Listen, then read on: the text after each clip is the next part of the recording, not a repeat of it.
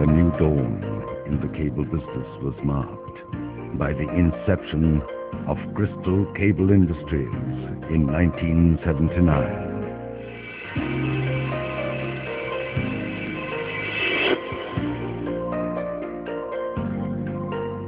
The beginning was low-key, with the manufacturing of house-wired cables.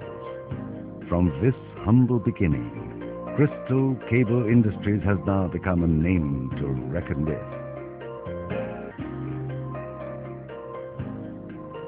Our burning desire to grow resulted in the expansion and proliferation of our product range.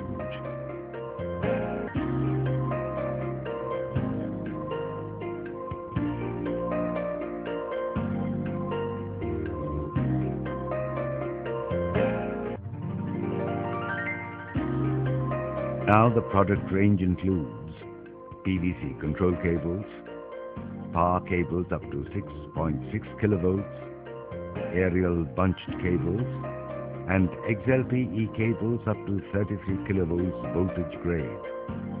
Our products have found prestigious place in diverse fields, such as different state electricity boards, power stations, petrochemicals, steel plants, mines, telecom, power utilities, port trusts, railways, cement plants, and elsewhere. The ceaseless efforts of Crystal Cables towards continuous quality improvement, customer service orientation, has resulted in rich dividends. Our client list includes all the major state electricity boards, ABB, BHEL, BPCL, Crompton Greaves, CMC, DVC, HP, IOCL, NTPC, ONGC, Siemens, Tata Power, West Bengal State Electricity Board, and others. We have been awarded with the ISO 9001 quality certification. Now, we have moved on to XLPE. XLPE stands for cross-linked polyethylene. This process of cross-linking is also called vulcanization or curing. Polyethylene consists of linear chains of carbon and hydrogen arrays. These arrays are bonded together, forming a cross-linked polyethylene polymer, which is mechanically and thermally stronger than polyethylene. We will now describe the XLPE cable manufacturing process at Crystal Cables. The XLPE cable is manufactured here by the dry cure or the radiant cure process using catenary continuous vulcanization, commonly known as CCV technology.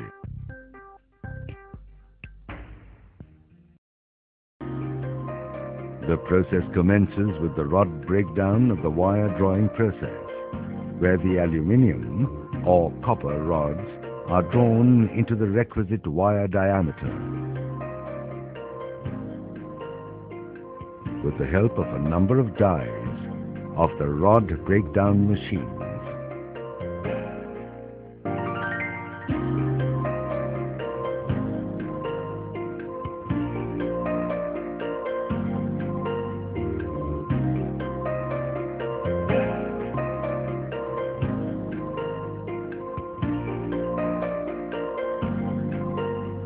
these drawn wires are checked for diameter, finish, and then the wrapping test is done. After the drawn wires go through the tests, they are used for the production of conductors. The conductor is formed by the stranding process with the help of stranding machines.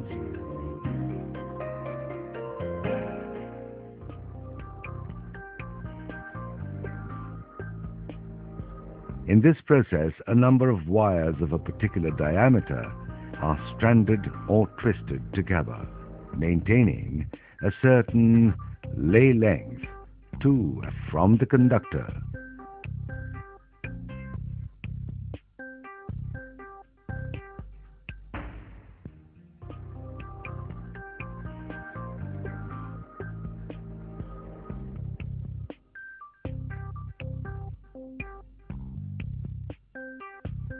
The numbers and the diameter of the individual wires required for the conductor formation are determined by the relevant specifications. The conductor thus formed are checked for electrical resistance, diameter and finish. The conductors are wound up in steel drums. The conductor thus formed is now moved on to the XLPE plant. It starts with the motorized payoff stand, which accommodates the payoff drum containing the compacted circular aluminium or copper conductor.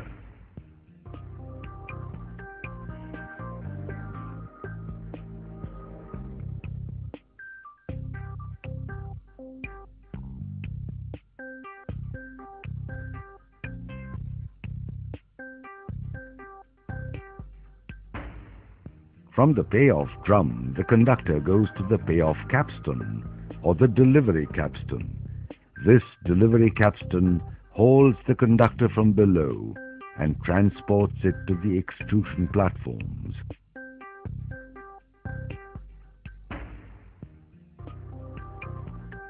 Two screening extruders and one insulation extruder are mounted in one line on the extrusion platform.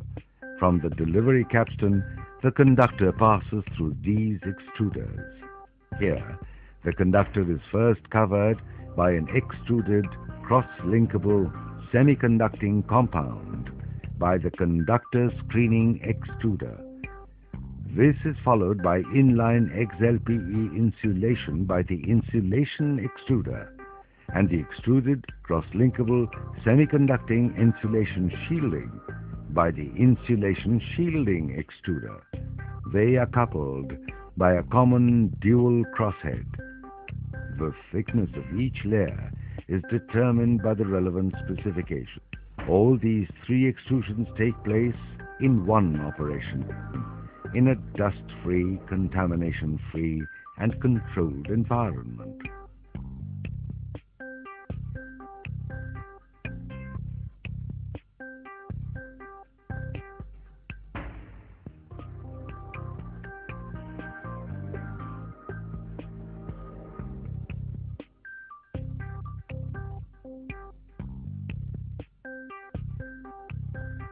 Now, these three-layer extruded cores enters into the catenary continuous vulcanizer, which is commonly termed as CCV.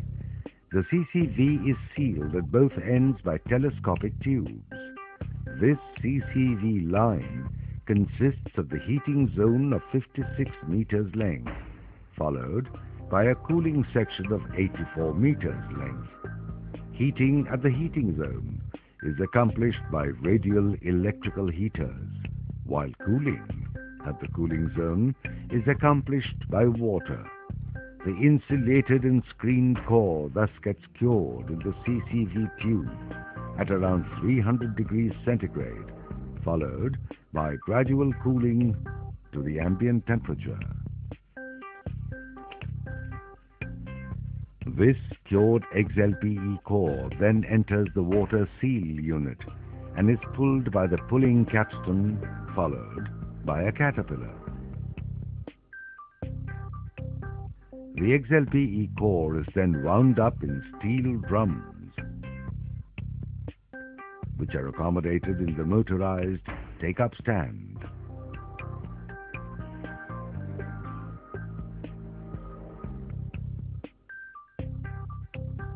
The test for the curing of the XLPE core is done simultaneously during this operation. The XLPE core thus formed is now covered with copper tape, which acts as the metallic screen to the XLPE insulation. This is done in the copper taping machine, where the individual cores are also simultaneously color-coded.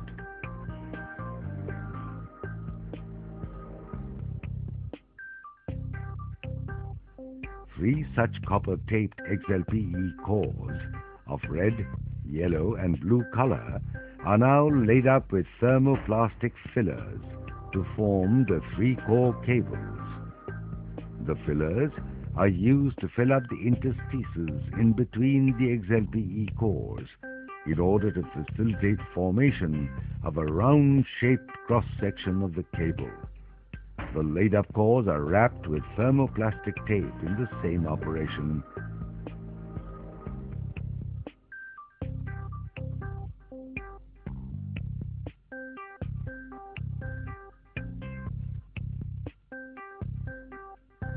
The inner sheath of the taped cables is now covered with galvanized steel strips or wires in the armoring machine, in a process called armoring.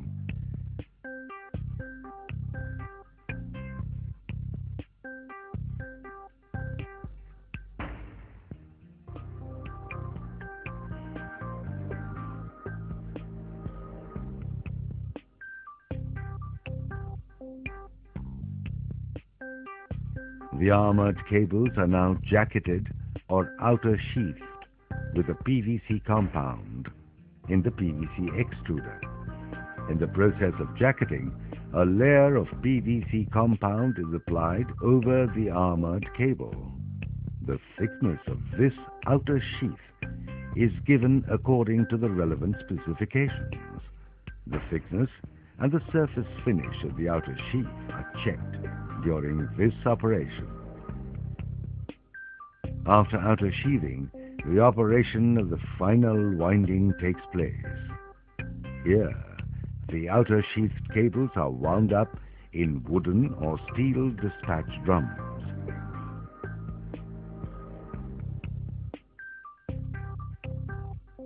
Those finished cable drums are then moved on to the testing bays, where the cables are rigorously tested for their quality according to the relevant specifications.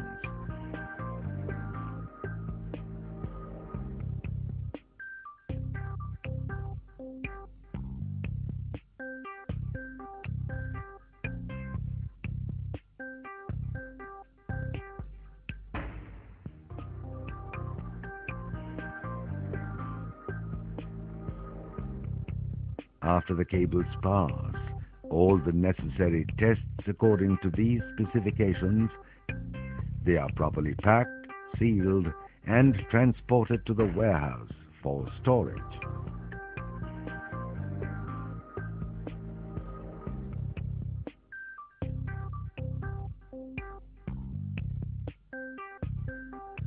The present state-of-the-art cross-linking, also called curing, is carried out by the following methods.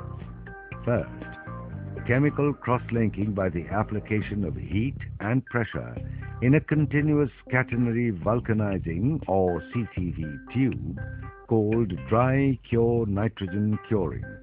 This is popularly known as the dry cure process. Second, silane or moisture curing process. This is where the cable core is subjected to low pressure steam exposure or sauna, or alternatively immersed in the hot water bath between 80 to 90 degrees centigrade. Third, irradiation or electron beam curing. In this case, a high energy electron stream is impinged onto the material where the cross-linking takes place. This method is generally employed for thin-walled insulation. Electron beam curing is generally not suitable for power cable application, where the insulation thickness is generally much higher. Steam curing is the earliest curing process. Earlier manufacturers used the steam curing process, which is identical to the dry cure process, except that the superheated steam was used in the CCV tube, both as a heating and as a pressurizing medium. However, most of the manufacturers have converted their steam cure system to the dry cure process. Here, we will say a few words on the dry cure process. The dry cure system has been recognized as the most reliable and popular for curing of XLPE. Though the capital cost of equipment is on the higher side, it is the most feasible and adaptable. In Europe and Japan, practically all reputed manufacturers of both high voltage and extra high voltage cables have adopted the dry curing process. The dry curing process is a time-tested one and has been in use for the manufacture of XLPE insulated cables up to 500 kilovolts voltage grade. The method has been in use since the middle of the last century. The cables have proved their acceptability and reliability over the last 50 years. In the dry cure process, the conductor shield, the XLPE insulation and insulation shield are extruded and cured in the catenary continuous vulcanization or CCV tube in one operation under the application accomplished by heaters embedded in the tube and accompanied by pressurized dry nitrogen gas. Application of pressurized nitrogen gas ensures purging and the removal of gaseous volatiles caused due to cross-linking, which in turn ensures minimization of the size and the number of the micro-voids. The advantages of the dry cure process are: it is extruded in the latest state-of-the-art PLC-controlled extrusion line using CCV technology. Shielding semicon compounds are cross-linked and are thermoset.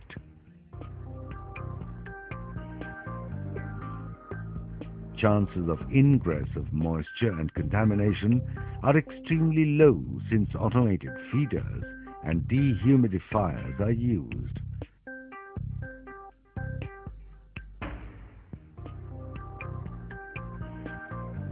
No chance of prematured cross-linking is present in this process.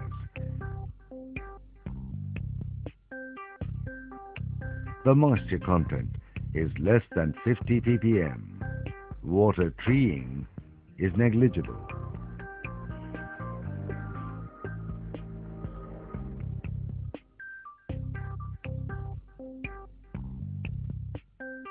Dry cured XLPE cables are far more lasting and reliable compared to silane cured XLPE cables. This has been established by the Accelerated Cable Lifetime Test conducted by Nippon Unicar Company Limited, Polymer Research Laboratory, Japan. This test compares the accelerated failure rates between the two types of cables. The result of this Accelerated Cable Lifetime Test, as conducted by Nippon Unicar Company Limited, is depicted here. It clearly reveals that the effective lifetime of a dry-cured XLPE insulated cable is 2.4 times that of a silane-cured XLPE insulated cable. So, dry-cured XLPE cables are synonymous with better technology. That is why they are preferred the world over. Hence, success at Crystal Cable Industries is a never-ending story which deserves to be told again and again, with a dream in the eyes and feet firm in the foundation.